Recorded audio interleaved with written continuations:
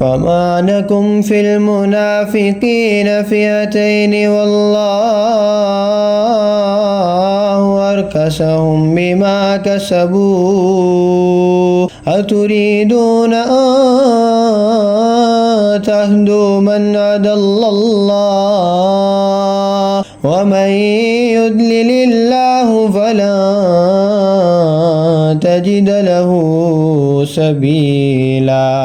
ودوا لو تكفرون كما كفروا فتكونون سواء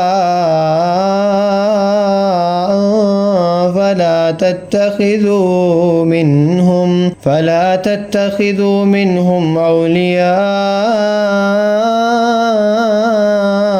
حتى يهاجروا في سبيل الله فإن تولوا فخذوهم وقتلوهم حيث وجدتموهم ولا تتخذوا منهم وليا ولا نصيرا إلا الذين يصلون إلى قوم بينكم وبينهم ميثاق أو جاءوكم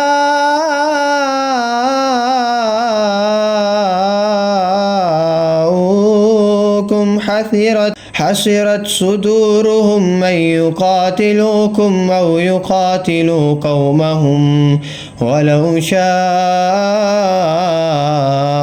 الله لسلطهم عليكم فلقاتلوكم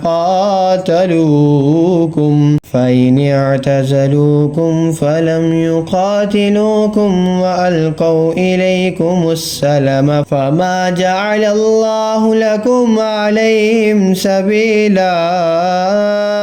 ستجدون آخرين يريدون أن يأمنوكم ويأمنوا قومهم كلما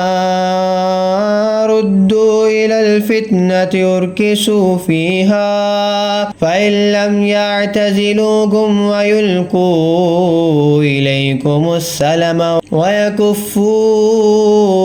أيديهم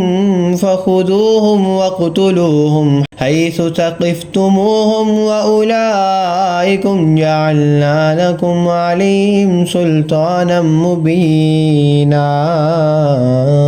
तो तुम्हें क्या हुआ कि मुनाफिकों के बारे में दो फरीक हो गए और अल्लाह ने इन्हें औंधा कर दिया इनके करतूतों के सबब। क्या ये चाहते हो कि इसे राह दिखाओ जिसे अल्लाह ने गुमराह किया, और जिसे अल्लाह गुमराह करे तो हरगिज तो इसके लिए राह ना पाएगा। वो तो ये चाहते हैं कि कहीं तुम भी काफिर हो जाओ जैसे वो काफिर हुए, तो तुम सब एक से हो जाओ। तो इनमें किसी को अपना दोस्त ना बनाओ जब तक अल्लाह की राह में घर बार ना छोड़ें। फिर अगर वो मुंह फेरे तो उन्हें पकड़ो और जहाँ पाओ कत्ल करो, और इनमें किसी को ना दोस्त ठहराओ ना मददगार, मगर वो जो ऐसी कौम से इलाका रखते हैं कि तुम में इनमें मुआहिदा है, या तुम्हारे पास यूं आए कि इनके दिलों में सकत ना रही कि तुमसे लड़ें या अपनी कौम से लड़ें, और अल्लाह चाहता तो जरूर इन्हें तुम पर काबू देता, तो वो बेशक तुमसे लड़ते। फिर अगर वो तुमसे किनारा करें और ना लड़ें और सुलह का पैगाम डालें, तो अल्लाह ने तुम्हें इन पर कोई राह ना रखी। अब कुछ और तुम ऐसे पाओगे